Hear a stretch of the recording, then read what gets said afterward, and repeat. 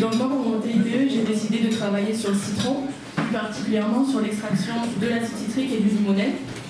Donc pourquoi le citron? Parce que c'est un fruit dont les vertus intéressent différents domaines aujourd'hui, notamment la chimie verte et l'œnologie, donc le domaine du vin.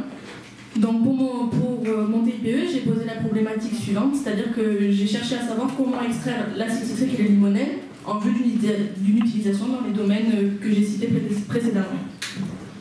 Donc pour répondre à cette problématique, premièrement, j'ai donc extrait les deux composés d'intérêt.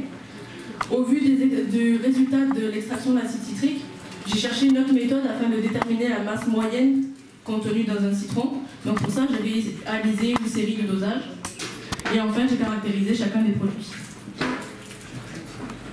Donc dans un premier temps, je me suis intéressée à l'acide citrique. Ici, je vais vous présenter le protocole que j'ai utilisé pour l'extraire. Pour ça, j'ai utilisé 8 citrons. Donc l'acide citrique, c'est un triacide. Parce que quand on regarde la formule ici, on a 3 fonctions acide carboxylique. L'acide citrique peut représenter jusqu'à 8% de la masse sèche d'un citron, c'est-à-dire que c'est la masse du fruit entier avant l'extraction du jus. Ouais. Donc ici, les 8 citrons avaient une masse sèche de 460,7 grammes. Une fois que j'ai recueilli le jus, j'avais 285,5 grammes de jus pour un volume de 283 millilitres. Donc avant de commencer l'extraction, avec du papier pH, j'ai estimé le pH aux alentours de 2, donc on était dans un milieu très acide. Ensuite, la première étape consistait à ajouter goutte à goutte de la soude, 10% en masse, jusqu'à obtenir un pH entre 8 et 9. Donc dans cette étape, le but était de convertir la totalité de l'acide citrique en ion citrate, comme on peut le voir ici. Donc le fait qu'on ait 3 fonctions acide carboxylique nécessitait 3 équivalents d'ion hydroxyle. Et d'après vous, pourquoi je devais me placer dans un pH entre 8 et 9? C'est la bonne question. Un indice, la réponse est sur la diapo. C'est les pK. Ouais. Parce que si on regarde la valeur des pK, des fonctions acide carboxylique, la plus grande est de 6,40. Donc pour être sûr de tout convertir, on se met à un pH de minimum pK plus 2. Donc une fois, au fur et à mesure de l'ajout de la soude, j'ai constaté que la solution elle devenait de plus en plus orangée et elle se troublait aussi. Donc ce trouble, c'était en fait un précipité qui était a priori les protéines présentes dans le jus de citron et dont la solubilité a diminué lors du passage en milieu basique. Donc pour me faciliter la tâche et éliminer donc la pulpe et le précipité, j'ai réalisé 2 filtrations par gravité. Pourquoi pas sous vide? Parce que quand je l'ai essayé, le filtre s'obstruait trop rapidement, ça prenait beaucoup trop de temps. Donc une fois cette filtration réalisée, j'ai ensuite ajouté une solution de chlorure de calcium. Donc j'ai agité pour bien tout dissoudre et j'ai porté le mélange à ébullition. C'est lors de l'ébullition que le citrate de calcium ici a précipité. Donc on a eu un échange avec des ions sodium avec les ions calcium et on a formé du chlorure de sodium dans la solution. Après l'ébullition, j'ai retiré le bécher de la source de chaleur et le précipité est tombé directement au fond du bécher. Donc ici c'était le citrate qui m'intéressait, donc j'ai réalisé un essorage du solide. J'ai rincé le tout à l'eau chaude et j'ai recueilli 28,7 grammes de précipité. Une fois que j'ai récupéré ce précipité, j'ai ajouté de l'acide sulfurique pour reconvertir les ions citrate en acide citrique. Ici j'ai fait un choix, j'ai utilisé uniquement 95% du volume nécessaire pour tout reconvertir. Tout simplement parce que l'acide citrique il est miscible avec l'acide sulfurique. Ils sont très difficiles à séparer. Donc si jamais l'acide sulfurique venait à être en excès à la fin, j'aurais eu du mal à obtenir l'acide citrique. Alors que le citrate, qui va précipiter par la suite, est facilement éliminable par filtration. Donc une fois que j'ai ajouté l'acide sulfurique, j'ai réalisé une filtration pour ensuite réaliser une évaporation entre 70 et 80 degrés pour éliminer une partie de l'eau. Donc en effet, il y a un trouble qui est apparu au cours de l'évaporation, donc c'était le citrate en excès que j'avais volontairement laissé, et la solution devenait de plus en plus orangée. Une fois que mon volume a cessé de diminuer, j'ai réalisé une ultime filtration et j'ai laissé reposer le filtrat 1 semaine et demie parce que les cristaux n'apparaissaient pas avant dans la solution.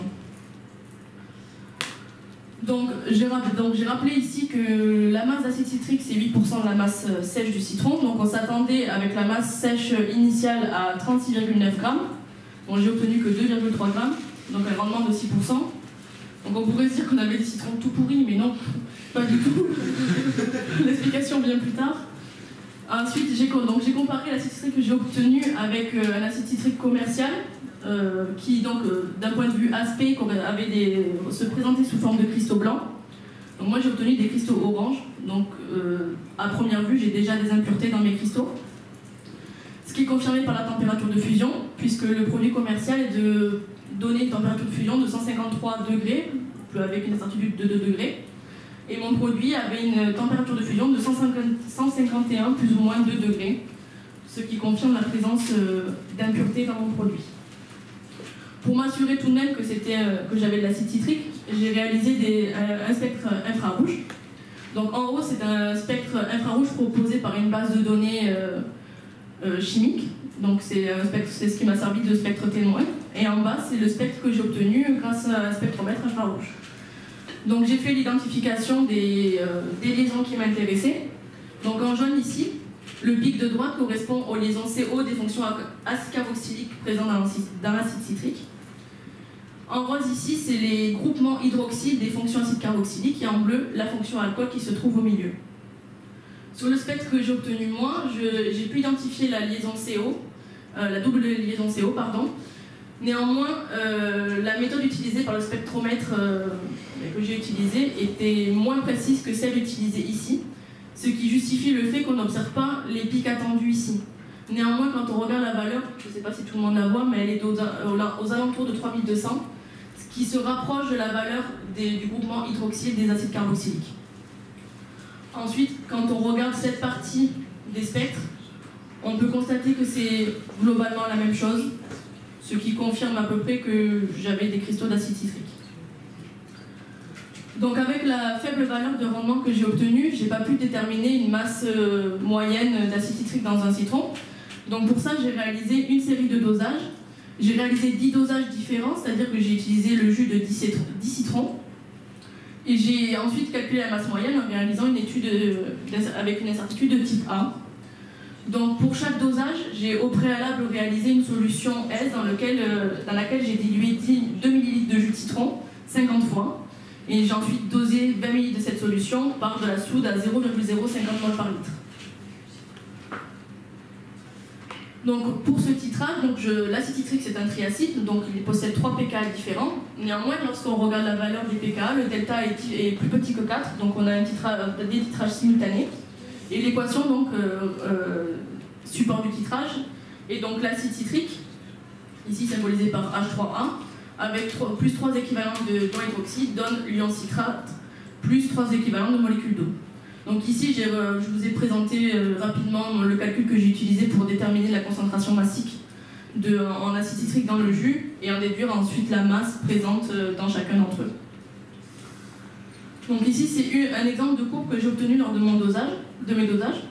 La courbe en croix, c'est la courbe donc, de pH égale F de V, et en trait plein, c'est sa dérivée seconde.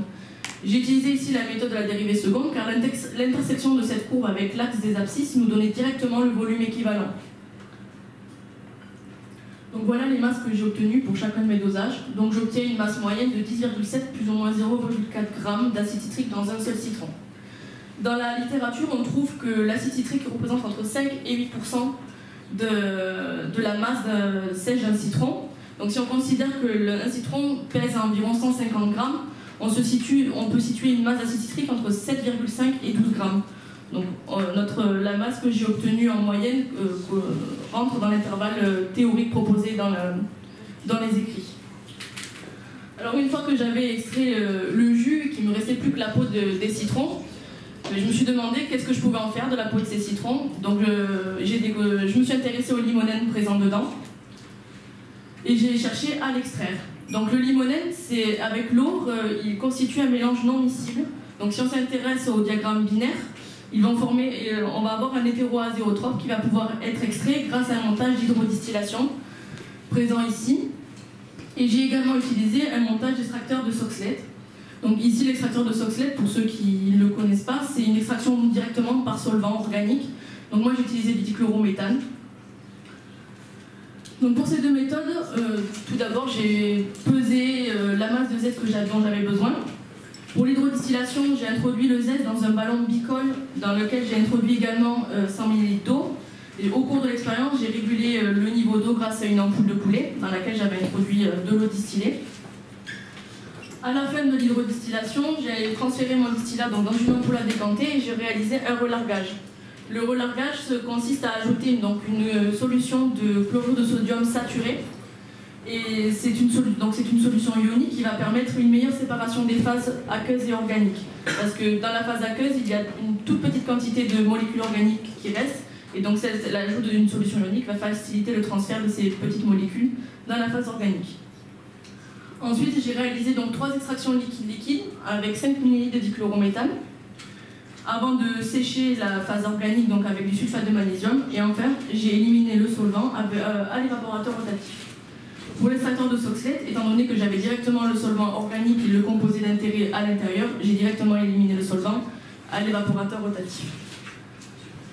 Voici donc les résultats que j'obtiens. Donc l'huile essentielle, elle représente 15% en masse d'un fruit. Donc ici, je me suis intéressée à la fois au citron et à la fois à l'orange, tout simplement parce que dans l'industrie aujourd'hui, le fruit qui est utilisé pour extraire le limonène, c'est l'orange, parce qu'elle possède plus de limonène dans le zeste que le citron. Pardon. Donc pour le citron, j'ai réalisé 2 hydrodistillations avec des temps d'extraction à peu près égaux. Et pour l'orange, une hydrodistillation et une extraction par Soxhlet. Donc j'obtiens des rendements d'environ 10%. C'est plutôt faible, mais j'aurais pu obtenir des rendements supérieurs si j'avais pu extraire plus longtemps. Donc ici c'est plus un souci de temps qu'autre chose. Donc pour vérifier quand même la présence de limonène dans l'huile essentielle, puisque je n'ai pas pu séparer le limonène directement de l'huile essentielle, j'ai tout d'abord mesuré l'indice de réfraction de chacune des huiles extraites. Donc j'ai cherché dans la littérature des valeurs tabulées, donc j'ai trouvé des intervalles de valeurs. Donc pour le citron, on a un intervalle de valeur de 1,472, 1,476. La valeur mesurée de 1,472 avec une incertitude de plus ou moins 0,001, donc on se trouve dans l'intervalle attendu. Pareil pour l'orange, 1,471 plus ou moins 0,01, donc valeur qui se trouve également dans l'intervalle attendu. J'ai ensuite réalisé une chromatographie sur couche mince pour chacune des huiles essentielles, donc en utilisant bien sûr le dichlorométhane comme éluant. Et le calcul des rapports frontaux m'ont confirmé la présence de limonène dans chacun des produits. Donc ici, HEC, ça correspond à l'huile essentielle commerciale, et HEP, l'huile essentielle extraite, donc le produit.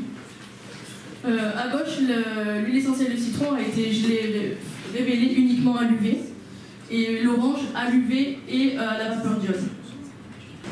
Pour confirmer la présence de limonène dans les huiles essentielles, donc je me suis rendue à l'ENSIA 7 à Toulouse et j'ai réalisé les spectres RMN.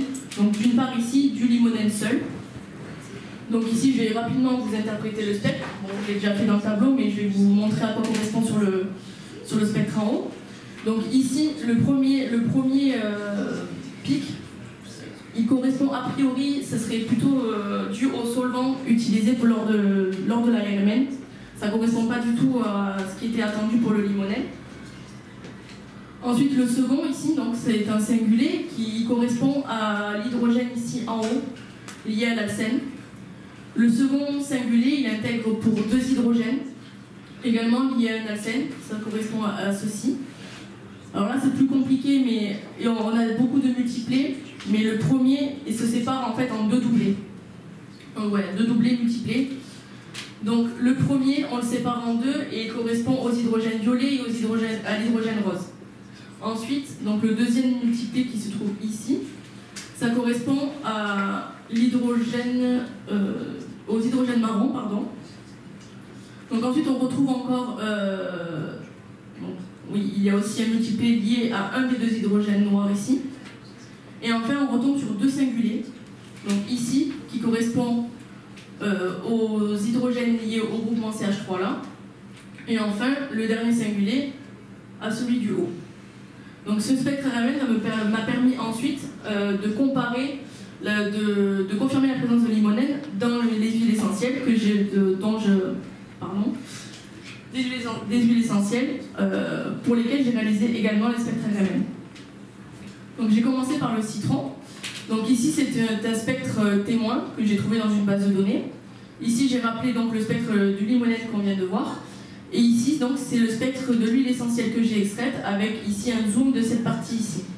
Donc j'ai commencé par d'abord identifier ce qui correspondait au limonène. Donc en vert, donc, les deux premiers singuliers se retrouvent ici.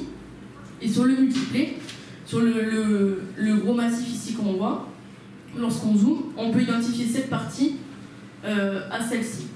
Donc la présence d'autres pics nous indique donc que l'huile essentielle est composée d'autres choses que uniquement du limonène. Donc on ne peut pas appeler ça forcément impureté puisque l'huile essentielle n'est pas impure en soi. En ce qui concerne l'orange, par contre, donc ici, je n'ai pas trouvé de spectre que de l'huile essentielle d'orange, mais il faut s'intéresser uniquement au bleu ici en tant que témoin.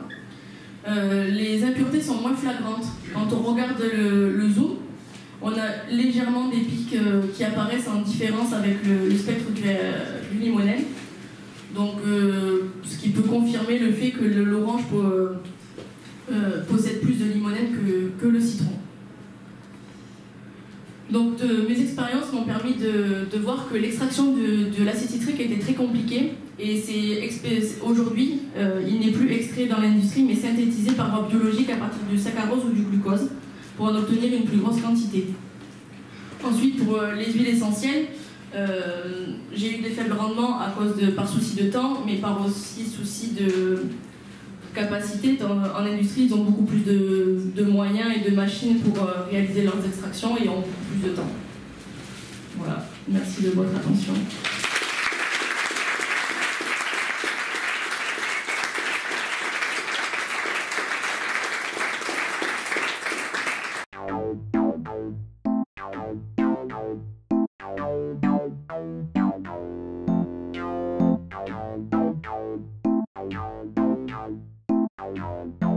Bye.